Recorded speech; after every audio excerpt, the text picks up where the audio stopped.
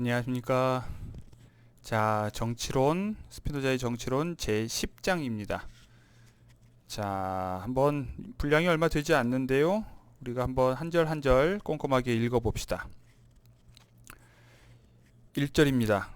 지금까지 우리는 두 가지 유형의 귀족국가의 기초를 설명하고 제시하였다. 이제 남은 일은 어떤 비난받을 만한 원인에 의해 이 기초가 해체되거나 국가가 다른 형태로 바뀔 수 있는지를 조사하는 것이다. 어떤 비난받을 만한 원인, 즉 국가의 해체를 야기할 만한 원인이 있을까? 이런 종류의 국가를 해체되도록 하는 첫째 가는 원인은 이것이다. 자, 다른 종류의 국가는 아니고 이런 종류의 국가에만 해당하는 원인이란 얘기일까요? 아무튼 보니까 그 다음에 무슨 얘기가 나오냐면 예리한 피렌체인, 누구를 뜻할까요? 마키아벨리죠. 이 사람이 티투스 리비우스가 쓴 로마사에 대한 논고, 즉 로마사 논고라고 하는 책의 제3권에서 이렇게 말을 했다는 거예요. 인간의 몸에 불순한 것들이 쌓이듯이 국가에도 언젠가 한 번은 치료해야 할 필요가 있는 그 어떤 것이 매일 쌓인다. 우리 몸에 쌓이는 불순물은 어떻게 해야 될까요? 이게 이제 약간 당시의 이제 의학적 관점에서 나오는 표현들인데요. 오늘날도 여러분들 여전히 뭐 그런 표현들 쓰죠. 이제 독소가 쌓여서 디톡스 해야 된다 뭐 이런 말들 하듯이 이제 비슷한 표현인데 국가에도 언젠가 한 번은 치료해야 할 필요가 있는 어떤 것이 매일 쌓인다. 뭐가 쌓일까요? 우리가 어떤 관행이라는 이름으로 그냥 이렇게 넘기는 것들, 이 별로 이렇게 중대한 일이 아니라고 생각해서 넘기는 것들이 자꾸 쌓이다 보면 나중에는 이제 그것 때문에 결국 나라가 망하게 된다는 이런 얘기인데요. 그렇기 때문에 국가가 견고해지기 시작하고 한 그 초기로 국가를 되돌리는, 그러니까 여기서 견고해지기 시작한 그 초기, 그러니까 국가의 탄생 초기가 아니라 국가의 어떤 정점, 완성된 때, 가장 좋은 때, 그때로 되돌리는 것, 그걸 표현하는 거예요. 그런 초기로 국가를 되돌리는 어떤 일이 언제고 이루어질 필요가 있다. 우리나라는 언제가 바로 그때일까요? 그것을 우리가 45년이나 48년이나 53년이나 뭐 61년이나 이렇게 보진 않을 거예요. 어떻게 보면 바로 그때가 언제일지 모르지만 그것이 역사적인 실제의 시기가 있을 수도 있고 아니면 관념적으로 우리가 아이디얼한 상태를 지금 생각하는 걸 수도 있어요. 물론 스피노자는 그 아이디얼하다는 것이 현실에 근거하지 않은 어떤 유토피아적인 거라면 부정하지만 그런 지금 이 책 전체에서도 계속해서 최선의 상태를 주장하듯이 우리가 건강을 위해서 노력할 때 응애 하고 태어날 때를 생각하고 그때로 돌아가겠다고 생각하지는 않죠. 그럼 정확하게 또 21살 때, 19살 때, 18살 때 뭐 이런 식으로 나이를 딱 집어서 그때로 돌아가면 그때가 최선의 상태인가요? 그러니까 그건 어쨌든 관념의 구성이에요. 즉 가장 우리가 머리로 생각했을 때, 이성적으로 생각했을 때 가장 온전한 상태, 완성되어 있는 상태로 우리가 그것을 표현하기를 되돌아간다고 표현을 하는 거죠.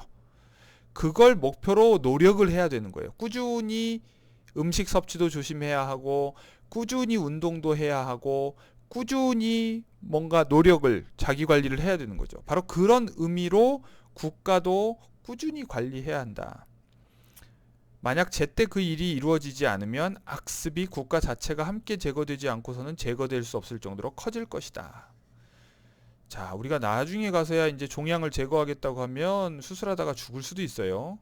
그러니까 그런 걸 나중에 가서 한꺼번에 막 목숨 걸고 뭐 생존 가능성이 몇 %입니다. 이런 일이 벌어지지 않도록 우리가 사람의 목숨이야 뭐 늙어서 죽는 것이 불가피한 일이라고 하지만 국가는 그보다는 훨씬 더 오래 살 수 있죠. 조선은 500년이나 지속된 왕국이었어요. 그것처럼 잘하면 오랫동안 건강하게 무병장수할 수 있는 것이 또 국가이기도 해요. 그런데 그 일이 우연히 이루어질 수도 있지만 계획에 의해, 즉 법률을 통한 대비나 탁월한 덕을 지닌 한 사람의 지혜를 통해 이루어질 수도 있다. 자, A or B 또는 C 우연히 이루어질 수도 있지만, 근데 우연에 맡기는 것이 과연 바람직하겠어요? 그거는 개인의 운명을 우연에 맡기는 것도 우리가 참 어리석은 짓이라고 할 수 있는데, 국가의 운명을 그렇게 우연에 맡길 수는 없죠. 그럼 계획에 의해서, 즉 법률을 통해서 대비를 하는 것과, 이제 계획을 하는 게 또 법률이거나 아니면 탁월한 덕을 지닌 한 사람. 자, 이것도 또 이제 분류네요. 우연에 맡기는 방법, 계획에 맡기는 방법. 자, 처음으로 돌아간다.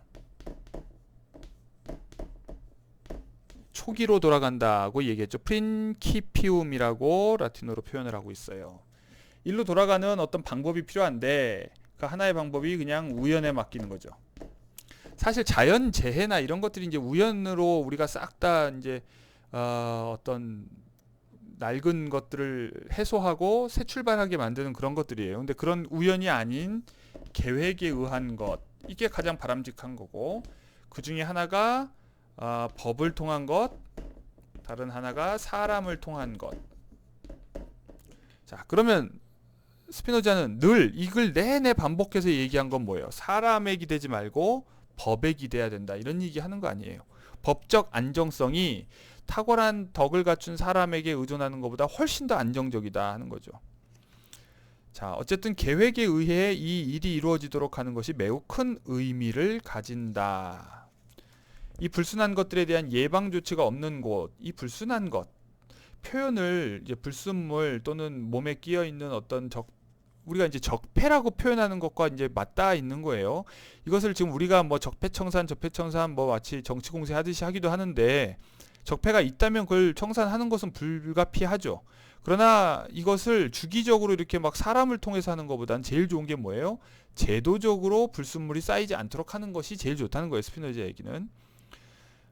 이런 예방조치가 없는 곳에서는 국가가 자기 덕에 근거해 지속될 수 없고, 오직 행운에 근거해서만 지속될 수 있을 것이다. 운에 맡기면 안 된다. 이 해악에 대한 적합한 치료법이 사용된 곳에서는 국가가 자기 잘못에 의해서는 무너질 수 없을 것이다.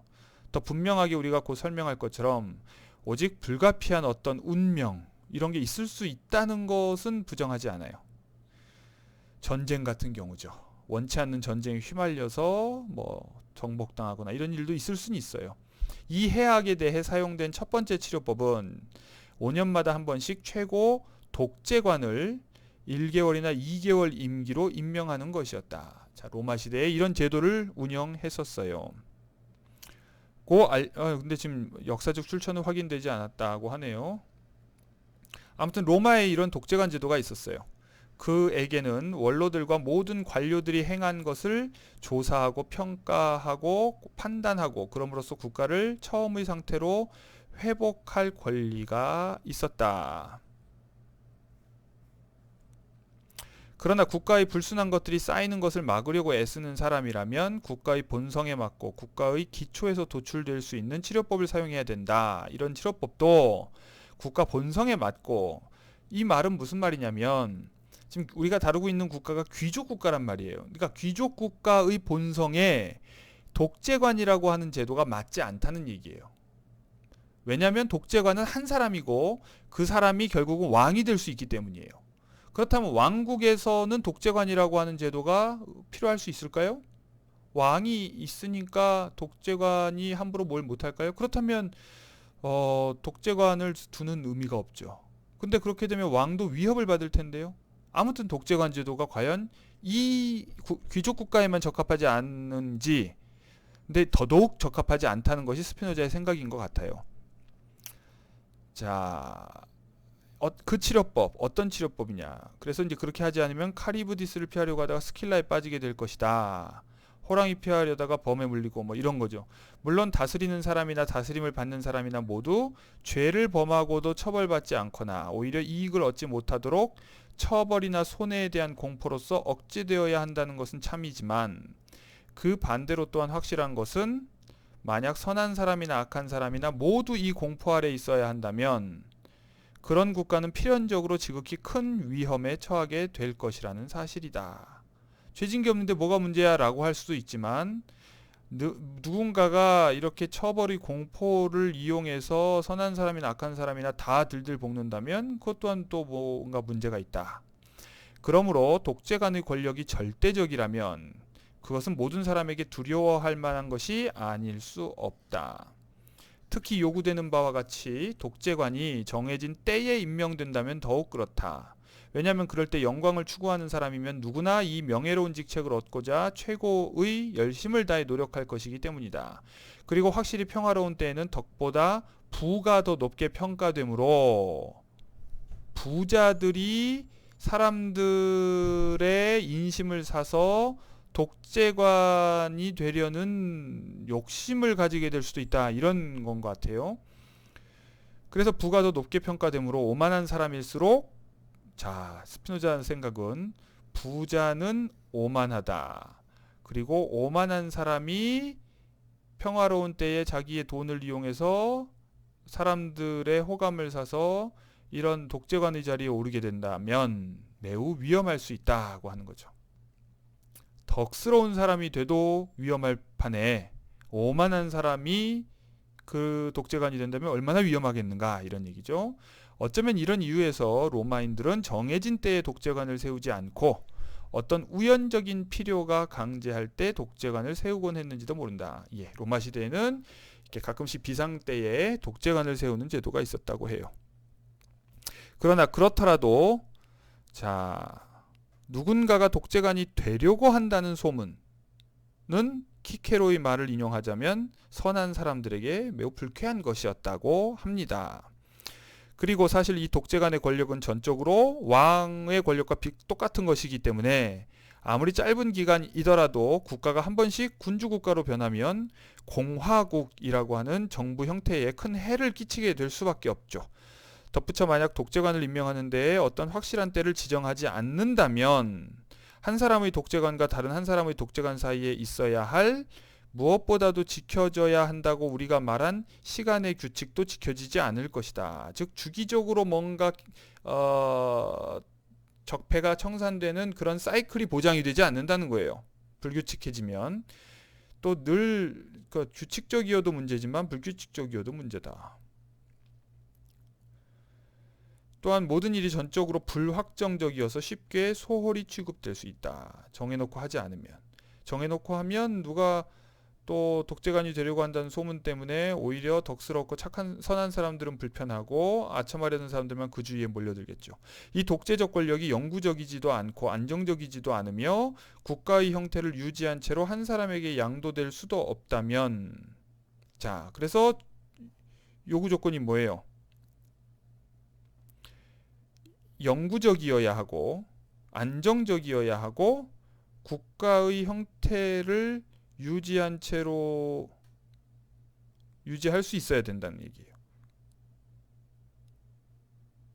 근데 그렇게 될 수 없다면 독재 권력 자체도 그리고 결과적으로 공화국의 안녕과 보존도 지극히 불확실할 것이다. 자, 이 독재적 권력은 국가의 형태를 유지하기 어렵다는 거예요. 자, 2절로 넘어갑니다. 그러나 그 반대로 자, 만약 국가의 형태를 유지한 채로 독재관의 칼이 영원할 수 있고 그것이 나쁜 사람들에게만 두려운 것일 수 있다면 자, 우리가 목표로 삼아야 하는 것은 뭐냐면 독재관의 칼은 영원해야 하고 독재관이 아니라 그리고 그것이 선한 사람을 불편하게 하지 않고 그리고 동시에 국가의 형태도 유지할 수 있어야 된다는 거예요. 자, 이런 조건이 만족될 수 있다면 악습이 제거되거나 교정될 수 없을 정도까지 성하게 될 수 없다는 것을 또 의심할 수 없다. 자, 그러므로 이 모든 조건을 갖추기 위해서는 먼저 자, 그래서 이제 앞에 있는 귀족 국가에 대한 구상에서 스피노자는 검찰관 회의라고 하는 제도를 도입했죠. 검찰관들의 회의가 최고 회의에 제가 복속이라고 해놨는데 부속이라는 표현이 좀 더 어울리겠네요. 아무튼 이 최고회의에 달려 있어야 한다. 복속이란 말이 복종해야 된다는 뜻하고는 좀 다른 거예요.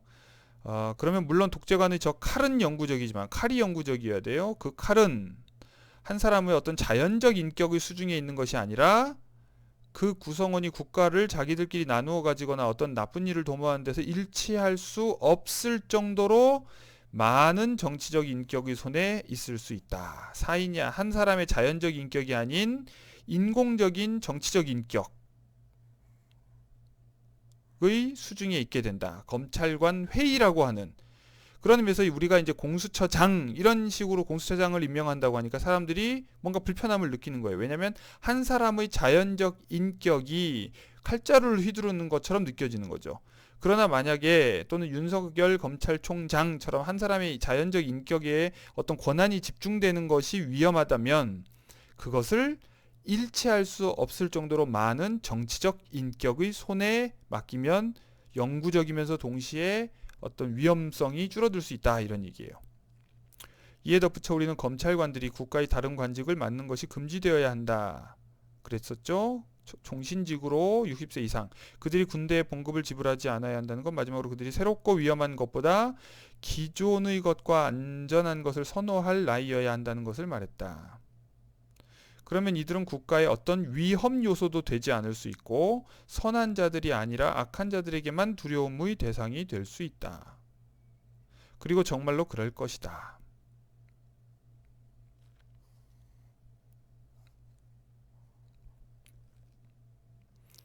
왜냐하면 그들이 스스로 범죄를 감행하는 데 무력할수록 타인의 범의를 억제하는 데에는 더 강력하기 때문이다. 그렇게 제도를 만들어야 된다는 거죠.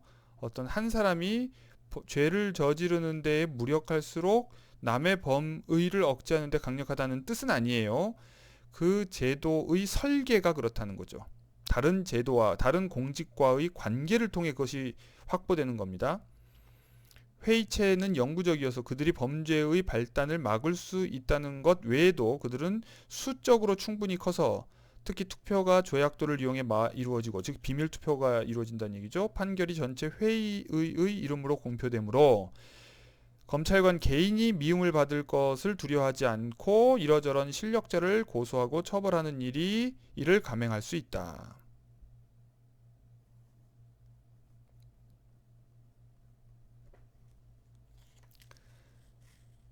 자, 3절입니다. 로마의 평민 호민관들이 또한 지속적으로 있었지만 자, 앞에서 스피노자가 생각하는 검찰관 회의는 호민관과도 유사하다. 즉 평민들의 권익을 보호하는 역할도 했다. 그렇게 얘기했죠. 로마에도 이런 평민들의 권리를 보호하는 호민관이 있었지만 그들의 힘은 스키피오 한 사람의 힘을 억누르기에도 부족했다. 그 밖에 호민관들은 자신들이 국가에 유익하다고 판단한 조치를 원로 회의에 대해 취해야 할 의무를 가졌지만 원로 회의는 예컨대 자기들이 덜 두려워하는 호민관을 평민들로 하여금 더 많이 선호하도록 만들어 또한 호민관들의 조치를 빈번하게 비켜나갔다. 자, 일부러 좀 뭐랄까요? 자기들에게 덜 적대적인 사람을 호민관으로 선출되도록 유도하는 그런 테크닉을 발휘했었다는 얘기죠. 이에 덧붙여 귀족들에게 맞서는 호민관들의 권위는 평민들이 가지는 호감에 의존했는데, 그렇죠. 평민들이 얼마나 호민관들을 지지하느냐에 따라서 그들의 권위가 높아지기도 하고 낮아지겠죠. 호민관들이 평민을 소집할 때마다 그것은 회의를 소집하는 것이 아니라 소요를 일으키는 것처럼 보였다. 이런 문제들이 그러다 보니까 호민관을 통해서 평민들의 권리를 보호하면, 그렇게 해서 평민들이 자신들의 권리를 보호할 사람을 선출하게 되면 이른바 부정적인 의미로 얘기하는 거예요. 부정적인 의미의 민주적 선동이 이루어질 가능성이 있기 때문에 오히려 그런 쪽보다는 다른 방법을 사용하는 것이 좋다, 이 얘기입니다. 지금 스피노자가 제안하는 검찰관 회의는 그렇게 평민들의 선출에 의존하지도 않고 평민들의 호감에 의존하지 않죠. 그렇기 때문에 그런 불합리한 소요적 요소나 이런 것들을 이용하지 않고도 귀족에 대해서 엄격함을 발휘할 수 있고, 그리고 평민에 대해서 뭐랄까요, 쓸데없이 가혹해지지 않을 수 있었죠. 그들의 수입 구조를 통해서 그런 해법을 만들었습니다. 4절입니다. 분명히 검찰관들의 이 권한은 오로지 국가의 형태를 보존하는 일에서만 뛰어날 수 있을 것이다. 그러므로 그것은 법률을 어기지 못하도록, 그리고 어느 누구도 죄를 짓고도 이익을 얻지 못하도록 막을 수는 있을 것이다. 그러나 여가 시간이 넘치는 사람들이 빠지는 악덕과 국가의 몰락을 드물지 않게 야기하는 악덕이 그렇듯이 법률로서 막을 수 없는 악덕이 점점 커지지 않도록 만들 수는 없을 것이다.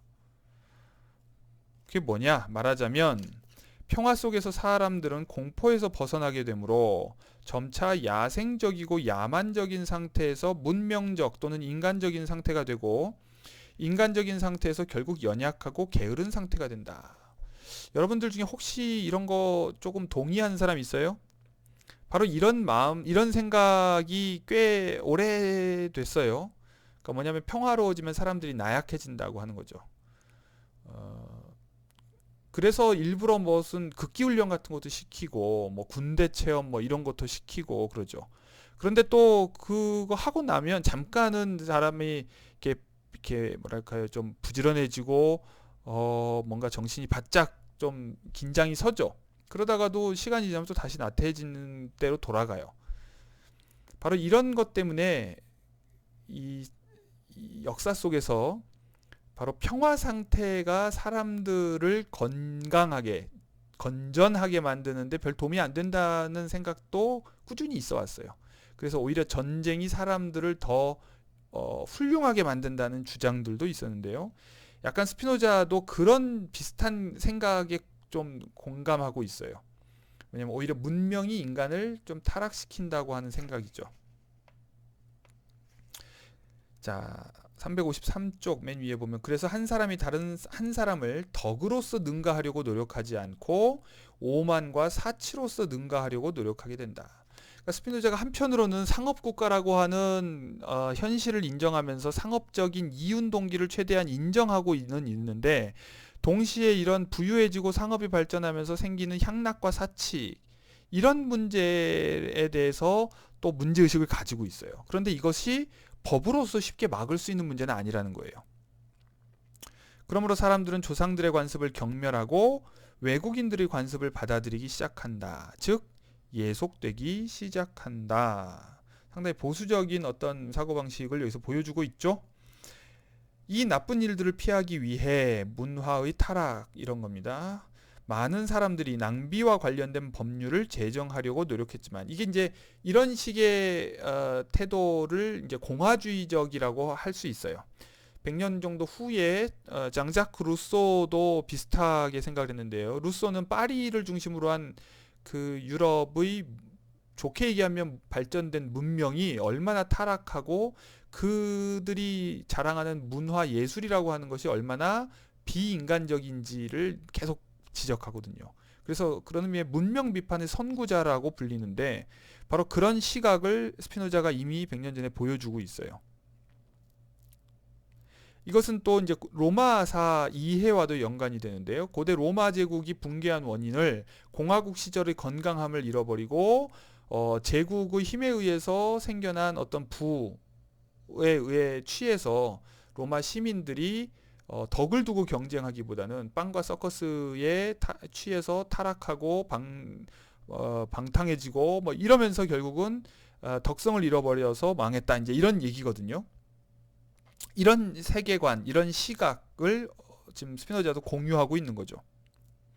근데 이 문제를 낭비, 사치를 막는 법을 정하는 걸로 해결될 수 있는 문제는 아니라는 거예요. 그러니까 법으로 막을 수 있는 것이 있고 법으로 막을 수 없는 것이 있다. 왜냐하면 다른 사람에게 어떤 피해도 끼치지 않고 위반할 수 있는 법은 조롱감이 되며, 그러므로 인간의 욕구와 욕망을 제어하는 데에 별 도움이 안 되고 오히려 그것들을 증대하기 때문이다. 자, 우리에게도 매우 의미심장한 거죠. 자, 예를 들어 사치한다고 해서 누구에게 피해를 주지는 않아요. 우리가 그걸 이제 꼴 보기 싫다 이렇게 얘기할 수 있고 배 아프다 이렇게 얘기할 수는 있지만 그걸 피해라고 얘기할 수는 없죠. 그래서 어떻게 보면 이건 굉장히 자유주의적인 생각이에요. 뭐냐면 자유주의의 기본, 존 스튜어트 밀이 주장하는 자유주의의 기본적인 원칙이 뭐냐면 남에게 피해를 주지 않는 한도 내에서 각자가 자기가 원하는 것을 이룰 수 있도록 하는 것이 자유주의 국가의 핵심이죠.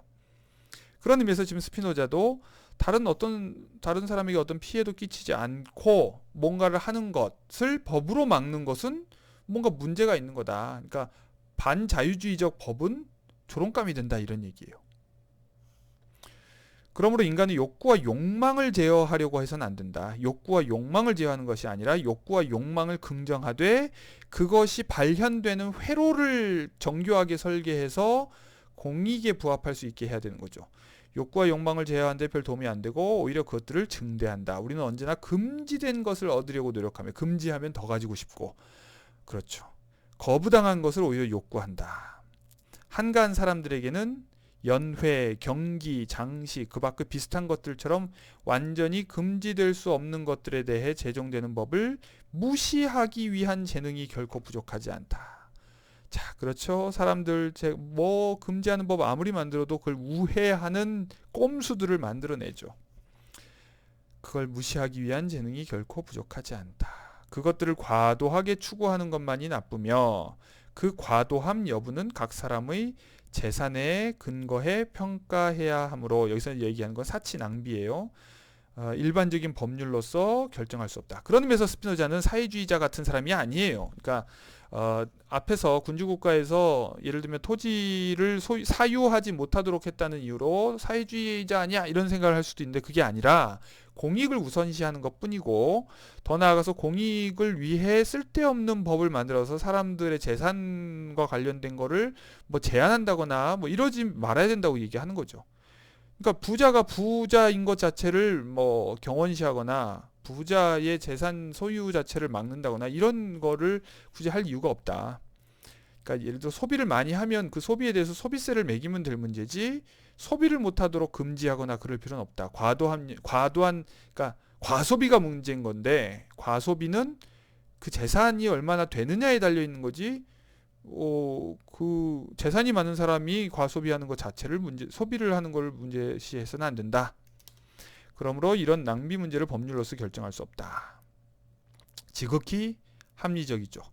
그러므로 나의 결론은 여기에서 우리가 말하는 일반적으로 평화로운 때에 등장하는 저 악덕들이 결코 직접적으로 금지될 수 없고 그저 간접적으로만 어떻게? 국가의 올바른 기초를 놓음으로써만. 올바른 기초가 뭘까요? 자, 무엇이 그 사회에서 좋은 가치로 평가되느냐에 따라 사람들의 노력이 달라지겠죠. 그런 기초를 통해 대부분의 사람들이 물론 그 대부분의 사람들이 더 현명하게 살려고 노력하지는 않겠지만 그것은 불가능하기 때문인데 그렇지는 않더라도 공화국에 더 유익이 되는 정서들에 이끌리게 될 수는 있다. 자, 스피노자는 모든 사람을 현명하게 만들려고 노력하지 않고 그렇게 될 수도 없다고 생각해요. 자기 역시 현명하게 살려고 노력하지만 24시간 365일 죽을 때까지 현명할 수는 없다는 걸 본인도 알아요. 그런 의미에서 평범한 모든 사람들은 스스로 현명하게 살려고 노력하길 기대하는 것이 아니라 어떤 자기 부자가 되고 싶고 이기적이고 싶고 뭔가 뭐 이런 그런 욕구로 살더라도 결국 공화국에 더 유익이 되도록만 하면 된다는 거예요.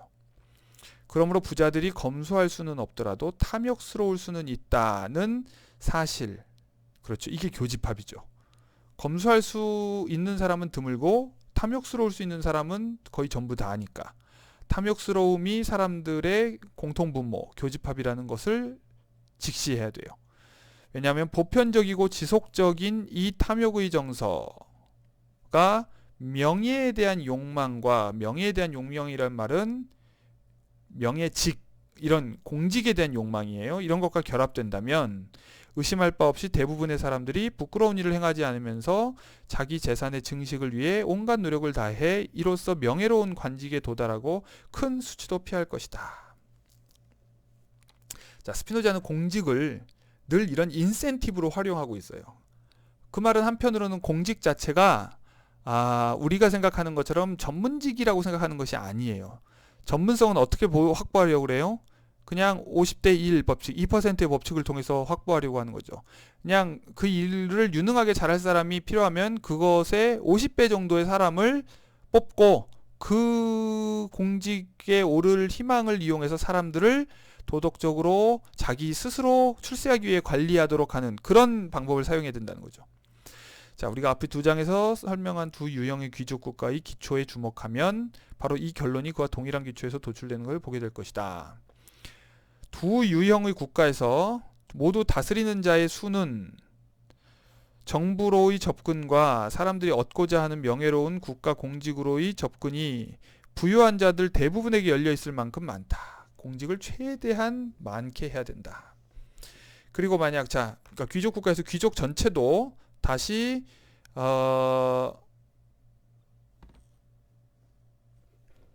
귀족 전체가 5,000명 정도인데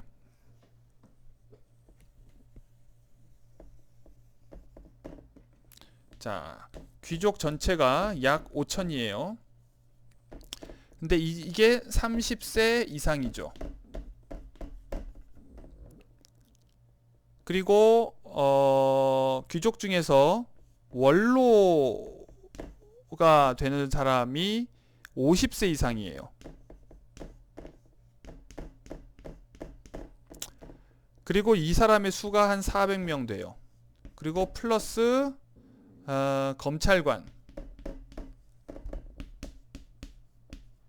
검찰관이 한 100명 정도가 돼요. 그리고 검찰관은 60세 이상이죠. 자, 이 당시에 우리가 평균 수명을 어느 정도 잡으면 좋을까요? 아무튼 50세, 60세를 제외하고 그러면 30세에서 40세가 남죠. 그런데 400에서 100명 합치면 500명이에요. 이게 벌써 10%예요. 그러면 예를 들어 30세부터 70세 정도까지, 즉 30대, 40대, 50대, 60대 4개의 연령 구간을 두고 봤을 때 그냥 모든 나이대가 그냥 똑같다고 가정을 했을 때 5,000명 중에 절반이 되는 한 2,500명 중에서 500명이 이미 원로거나 검찰관이에요. 검찰관은 종신이지만 원로는 또 돌아가면서 해요. 그런데 어쨌거나 2,500명 중에 500명이니까 20%가 이미 이 공직에 있는 거예요. 그리고 자기들도 언젠가는 원로가 될 수 있다고 하는 것은 이미 짐작할 수 있겠죠. 왜냐하면 원로의 임기가 정해져 있으니까. 그러면 30대, 40대도 50대, 60대가 되면 자기들이 이 공직을, 명예직을 맡게 될 거라는 걸 알고 있죠. 자, 바로 이런 의미에서 다스리는 자의 수는 정부로의 접근과 사람들이 얻고자 하는 명예로운 국가 공직으로의 접근이 부유한 자들 대부분에게 열려 있을 만큼 많다. 그리고 만약 변제할 수 있는 것보다 더 많이 빚을 진 귀족에게서 그 지위를 박탈한다면, 그리고 불운에 의해 재산을 잃은 귀족만을 온전히 회복시킨다면 의심할 바 없이 모든 사람들이 할 수 있는 한 자기 재산을 지키기 위해 노력할 것이다. 쓸데없이 모험적인 일을 하거나 탕진하거나 뭐 도박을 한다거나 뭐 이런 일을 하지 않을 거라는 거죠. 또한 만약 귀족들과 명예로운 관직을 얻기 위해 쓰는 사람들이 고유의 복장을 통해 구별되도록 법률로서 규정한다면 그들이 외국인들의 관습을 결코 갈망하지 않을 것이고 조상들의 관습을 배척하지도 않을 것이다. 이거 약간 북한 느낌이 나요. 고유의 복장을 통해서 구별되도록 한다. 인민복 느낌이죠. 이게 이제 사회주의 국가들에서 주로 했던 제도들인데, 아무튼 각각의 국가에서 현지의 자연과 종족의 천성에 맞게 그 밖의 것들을 또 고안할 수 있다. 그러나 이때 특히 주의해야 할 것은, 자, 이게 굉장히 중요한 표현입니다. 신민들이 법률에 의해 강제되기보다 자발적으로 자기 의무를 이행하도록 하는 것이다. 자, 재밌죠? 스피노자가 이 전체에서 거의 모든 정부 형태가 사실상 법치 국가를 만드는 노력이에요. 그래서 사람의 자의적 판단이 개입되지 않도록 최대한 노력을 하고 있어요. 그래서 사람들이 어떤 행동이 되도록 어떤 행동을 하도록 유도하는 것도 법을 통해서 다 설계를 해요. 그런데도 그것이 법률에 의해서 강제된다고 느끼기보다는 자발적으로 자기 의무를 이행한다고 느끼게끔 해야 된다. 이게 되게 어려운 일이에요, 사실. 근데 우리가 지금 코로나 사태 때 잘 보세요. 외국에서는 일본에 어제 그 아소다로인가가 그런 쓸데없는 얘기를 했던데, 그러니까 한국을 약간 일본보다 못났다고 얘기를 하기 위해서 한국에서 그런 검사는 이제 예를 들어 그 자가격리라든지 이런 거를 어 처벌이 무서워서 사람들이 지킨다는 식으로 이제 얘기하는 거예요. 그러니까 뭐냐면 기본적으로 법에 의해서 강제돼서 하는 거는 약간 좀 레벨이 떨어지고 자발적으로 하는 것을 좀 좋게 보는 거는 모두가 다 인정하는 거예요. 바로 근데 우리가 스스로 여러분들이 스스로 생각해 보세요. 외출을 좀 자제하고 마스크 쓰고 다니고 또 사람들 안 만나고 지금처럼 온라인으로 수업하고 또 뭐 이렇게 하는 이런 어떻게 보면 전반적으로 협조적으로 하고 있죠. 전 세계와 비교했을 때 우리나라 사람들이 유독 되게 방역 당국에 협조적이에요. 물론 가끔씩 안 협조적인 사람들이 있으면 사람들이 막 눈총도 주고 뭐 여론으로 막 이렇게 좀 압박도 가하고 뭐 이런 건 있죠. 그러나 나머지 사람들이 다 진짜 그 여론이 무섭고 눈총이 무서워서 그냥 그런 강제 때문에만 억지로 한다 그렇게 생각하지 않잖아요. 그게 중요하다는 거예요. 실제로 그것이 사회적 압력, 법률의 압력일지라도 마치 그것이 자기의 자발적인 선택인 것처럼 느끼게 하는 것이 매우 중요하다. 그렇게 할 수 있어야 된다. 8절로 넘어갑니다. 왜냐하면 사람을 공포를 이용해 이끄는 것 외에 다른 어떤 수단도 마련해 놓지 않는 국가는 덕이 있는 것이 아니라 그저 악덕이 없는 것이기 때문이다. 일을 잘하는 게 아니라 그냥 일을 못하지만 않는다. 이런 얘기예요. 자, 사람은 자기가 다른 누군가에 의해 인도되는 것이 아니라 자기의 천성과 자유로운 결정에 따라 산다고 스스로 여기도록 인도되어야 한다. 여러분들 100% 공감하죠? 여러분들 공부하려고 그러는데 어머니가 아버지가 너 공부 안 하냐? 그러면 짜증나죠. 갑자기 확 하기 싫어지죠. 그러면은 하려고 했단 말이에요. 그러면서 이제 화내잖아요. 그것처럼 내가 스스로 결정해서 한다고 여길 때 우리는 그걸 기쁘게 하지만 똑같은 행위를 하면서도 누가 시켜서 하고 감시해서 한다 그러면 하기가 싫어져요. 바로 그 인간의 심리를 잘 알고 조심스럽게 정책을 해야 되겠죠. 그러므로 사람은 오직 자유에 대한 사랑과 재산의 증식을 향한 열심 그리고 국가의 명예로운 관직을 얻을 희망에 의해서만 억제되도록 인도되어야 한다. 자, 여기서 스피노자는 그 처벌이나 그런 부정적인 마이너스 인센티브를 이용해서 그러니까 당근과 채찍이 있을 때 채찍만을 쓰려고 하는 그런 게으른 생각을 하지 말고 당근을 잘 활용해야 된다. 이런 얘기예요.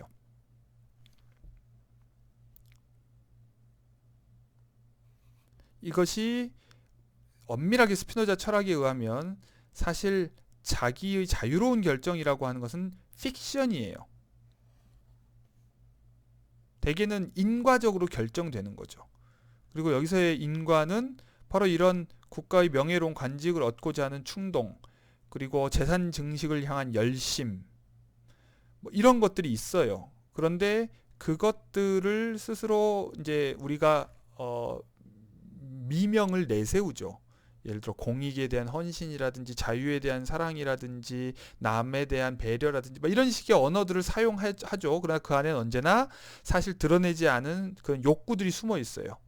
그러나 그걸 드러내지 않으려고 하는데도 다 이유가 있는 거죠. 그걸 인정하는 거예요. 그렇게 해서 그런 숨은 욕구들을 긍정한 채로 그 희망에 의해서 마치 자발적으로 하는 것처럼 믿으면서 할 수 있도록 그렇게 해야 된다. 자녀 교육에도 참 중요한 교훈입니다. 그 밖에 형상들과 이 형상들이라는 것은 이제 옛날 우리가 그리스 로마 시대에 이렇게 보면 막 동상 세우고 그러잖아요. 우리나라에도 온갖 영웅들의 동상들이 있죠. 그런 형상들, 북한 같은 곳에 특히 많은 그런 형상들과 개선 퍼레이드, 그리고 덕을 고취하기 위해 만드는 그 밖의 다른 것들은 스피노자의 생각에는 자유의 징표가 아니라 오히려 예속의 징표이다. 되게 왜 그러지? 이런 생각이 들어요.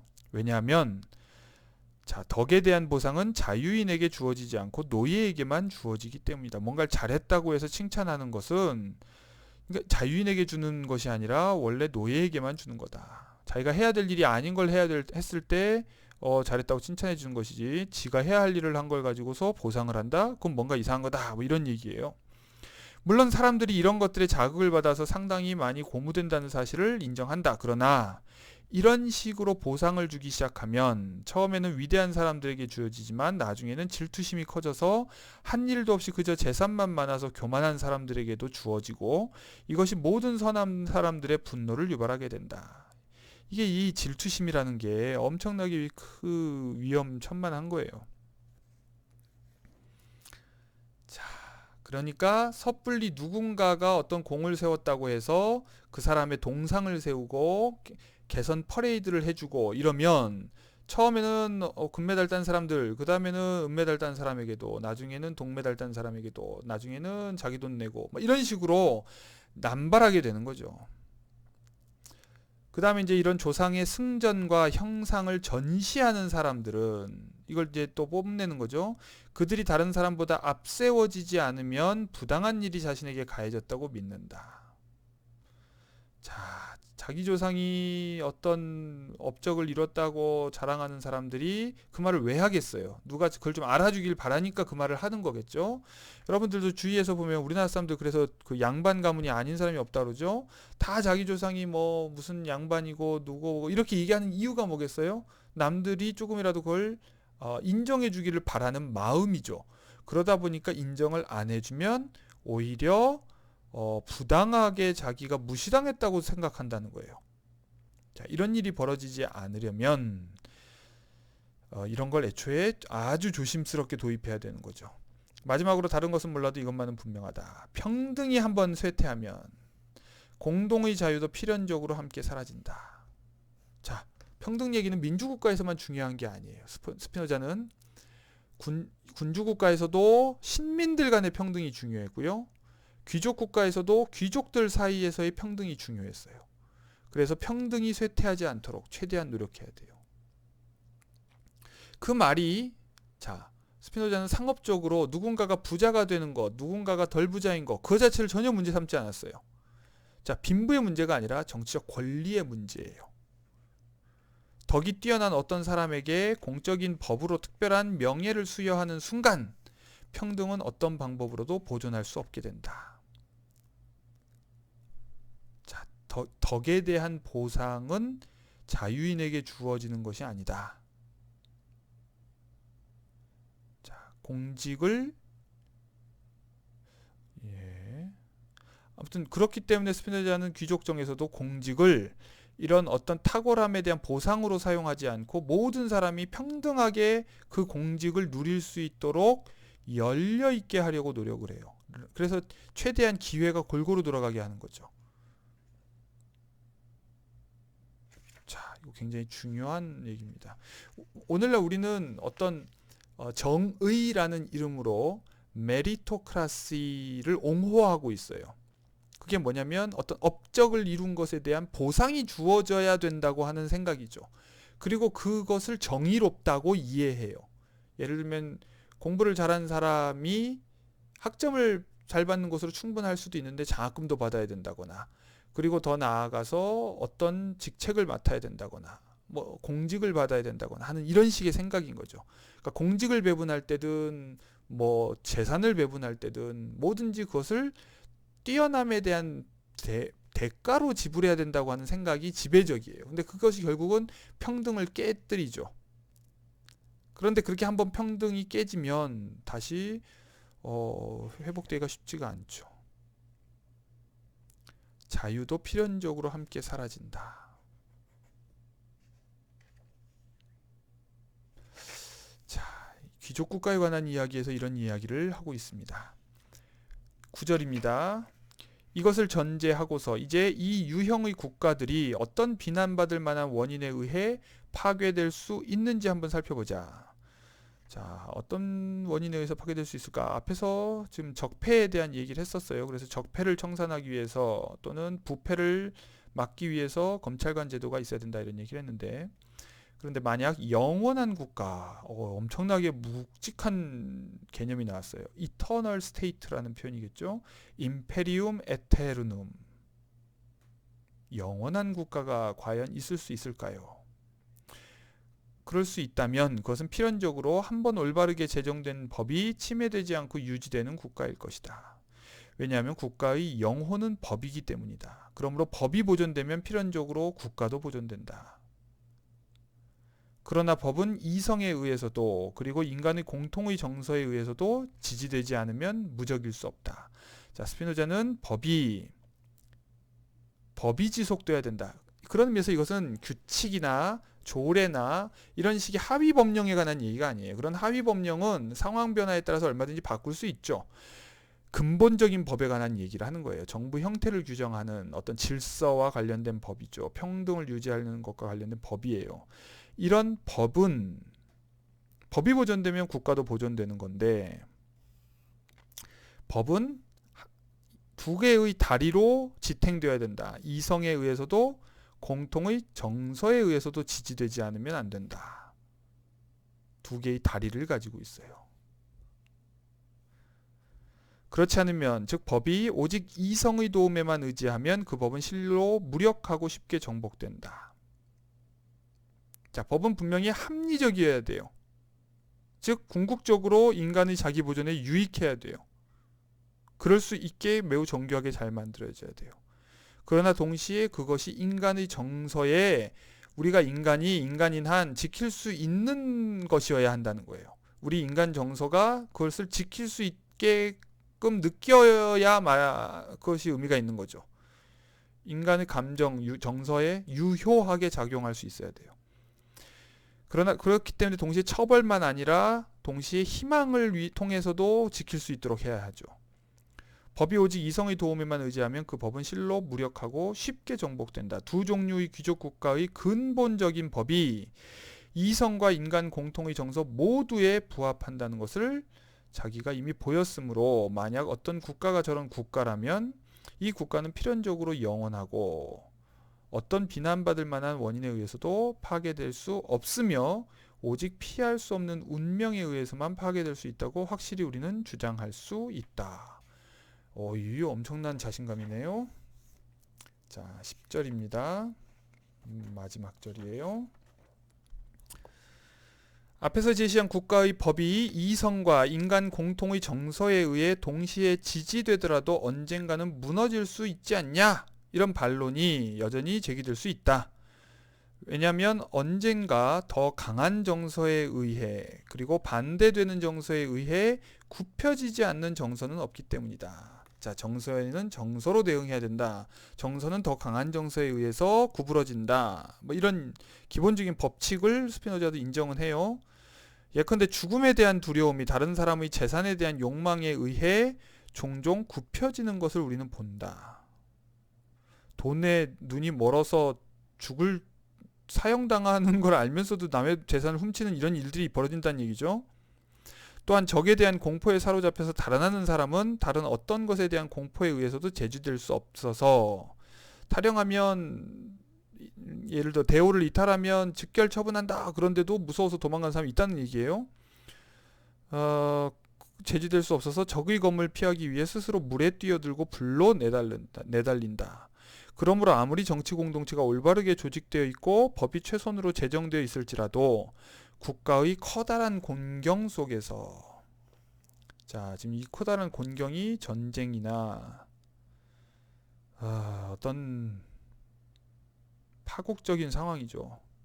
이런 곤경 속에서 모든 사람이 흔히 그렇듯이 어떤 돌연한 공포에 사로잡힐 때 모든 사람은 미래도 법률도 생각하지 않고 오직 눈앞의 공포가 권하는 것만을 받아들인다. 자, 인간이 이렇게 무력하다는 것을 어찌 부정할 방법은 없어요. 이때 모든 사람의 얼굴이 승리로 빛나는 한 사람을 향하고 그를 법률의 구속에서 풀어준다.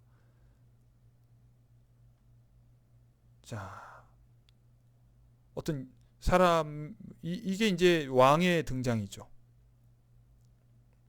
그리고 그에게 명령권을 부여하고 공화국 전체를 그의 신의에 맡긴다. 이게 1672년 이후에 네덜란드 공화국이 경험한 일이에요.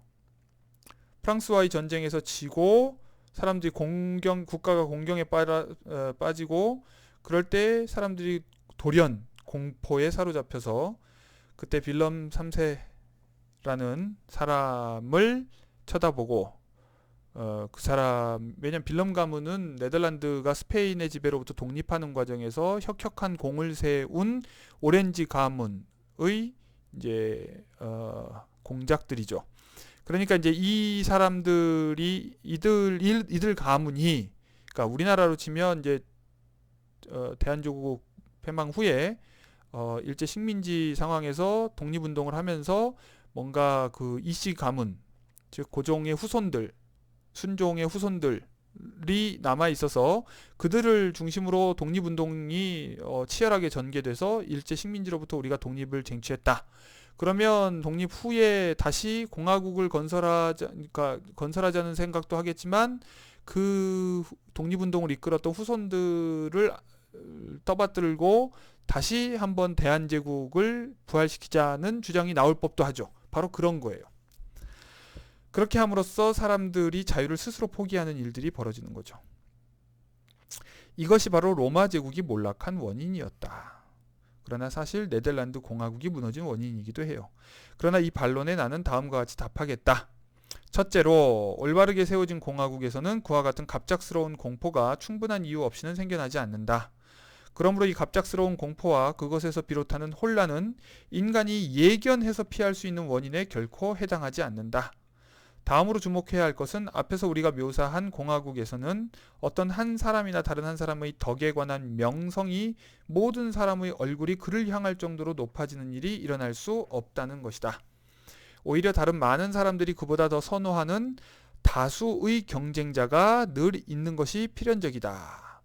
자, 스피노자가 첫 번째 유형의 귀족국가, 두 번째 유형의 귀족국가는 한 사람의 두각을 드러내는 사람이 거의 있을 수 없게끔 제도 설계를 해놨어요. 군대 지휘관도 그렇고 집정관도 그렇고 검찰관도 그렇고 늘 복수로 존재하고 단수로 있는 경우에도 임기가 굉장히 짧게 해놨죠. 그러므로 갑작스러운 공포로 인해 그 어떤 혼란이 공화국에 발생하더라도 어느 누구도 법률을 기만하면서 누군가를 법에 반해 군대의 사령관으로 임명할 수 없을 것이다. 행여 그렇게 하면 즉시 다른 사람을 사령관으로 요구하는 사람들과의 대결이 벌어지게 될 것이다. 이 대결을 중단하려면 한번 제정되어 모든 사람에 의해 승인된 법에 호소하고 국가의 일을 유효한 법률에 따라 다스리는 것이 결국 필요할 것이다. 그러므로 우리는 단 하나의 도시가 주권을 보유하는 국가가, 그러나 특히 복수의 도시가 주권을 보유하는 국가가 영원하다고, 즉 어떤 내적인 원인에 의해서도 해체되거나 다른 형태로 바뀔 수 없다고